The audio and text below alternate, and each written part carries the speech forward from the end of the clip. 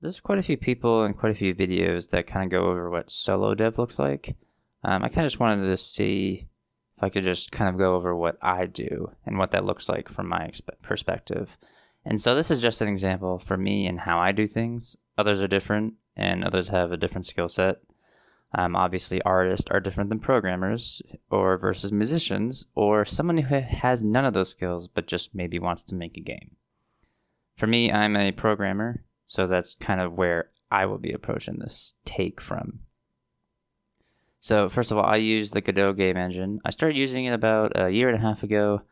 It was a little bit before the whole Unity disaster, so I guess I got a little lucky. But I really find Godot a lot easier than Unity.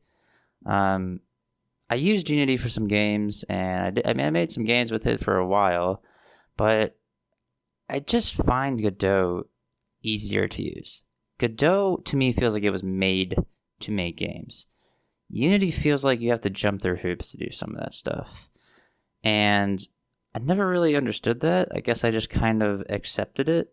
As I've gotten, I guess, more into learning about game dev, I also know that the Unreal Engine has more tools where it's just pretty easy to just make games. So it kind of makes me wonder why Unity isn't that way, but it isn't. So, that's just like the first kind of tool I use, Godot. As I already mentioned, I'm a programmer. I love programming.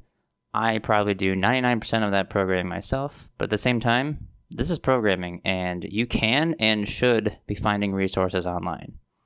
The FPS controller that I'm using in my most recent game, I found a GitHub page for it.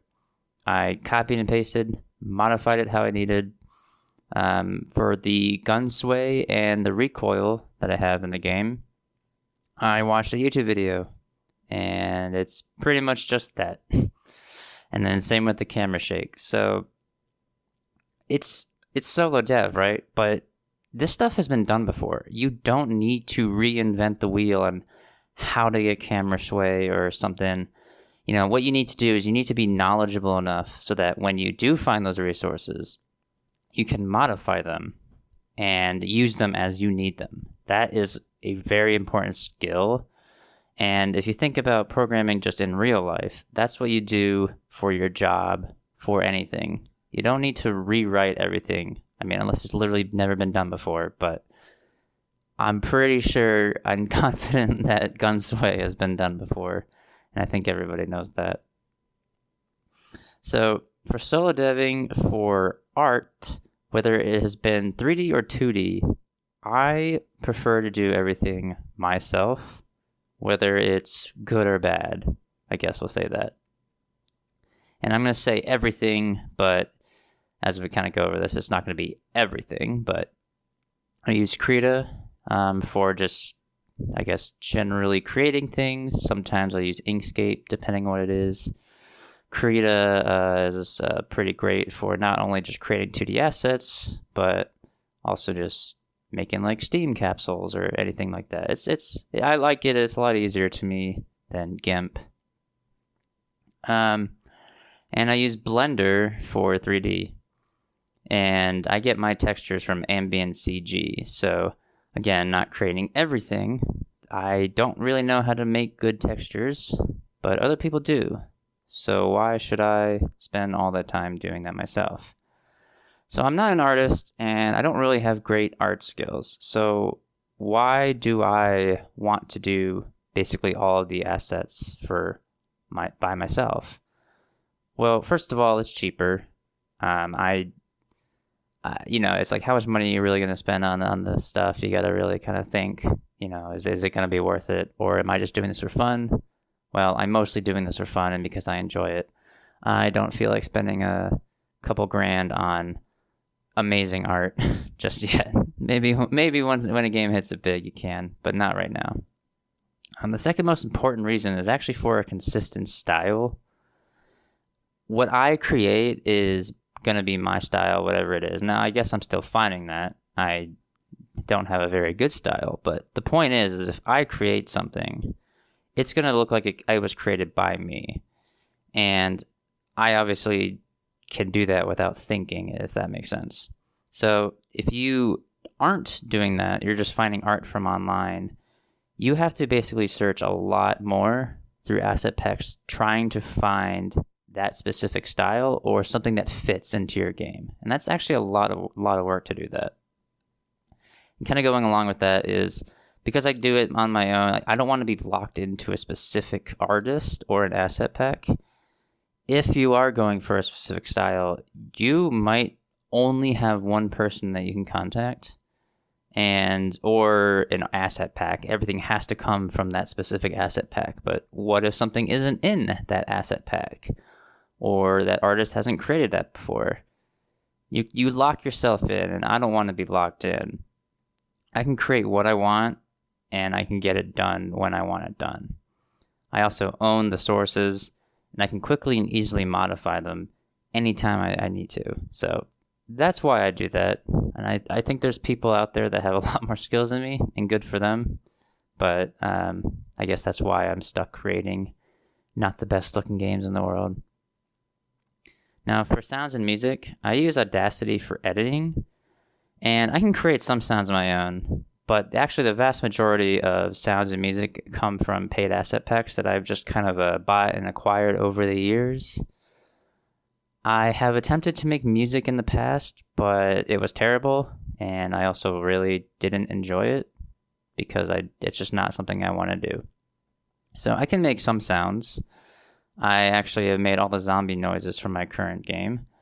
I've done like crackling up pieces of paper for like a fire sound effect. There's like things you can do yourself.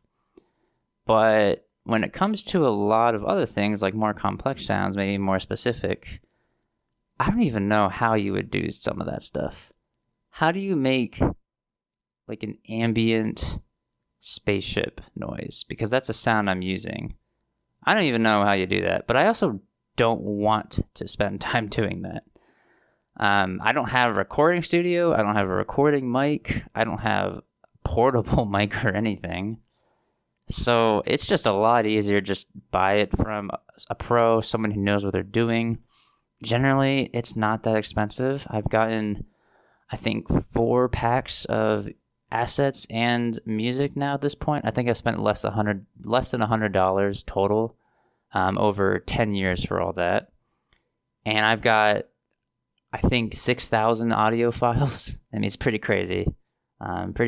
So it's not that expensive, and it's easily reusable across many projects. I use them in some YouTube videos.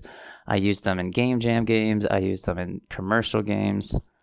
And it's pretty nice. It's pretty nice to do that because, like I said, I don't want to spend all this time doing sounds. I can do some sounds, and I do some sounds. I modify a lot of stuff, but I do not feel like making it all because it probably won't be that good. Now, as a solo dev, basically planning everything for the game, designing levels, story, UI, etc. That's going to be all me. That's just how I do that. I just work alone, so that's why. Anyway, anything that's like the actual game stuff, that's done by me. And then kind of this going along with that is, I guess, marketing in quotations, but I'm still figuring that out. If you go and look at trailers, screenshots, description, that's all going to be me. And I imagine most solo devs is going to just be them. I mean, maybe some people use AI. I don't like to use AI, so I don't do that. But you could always use that as like a tool to help.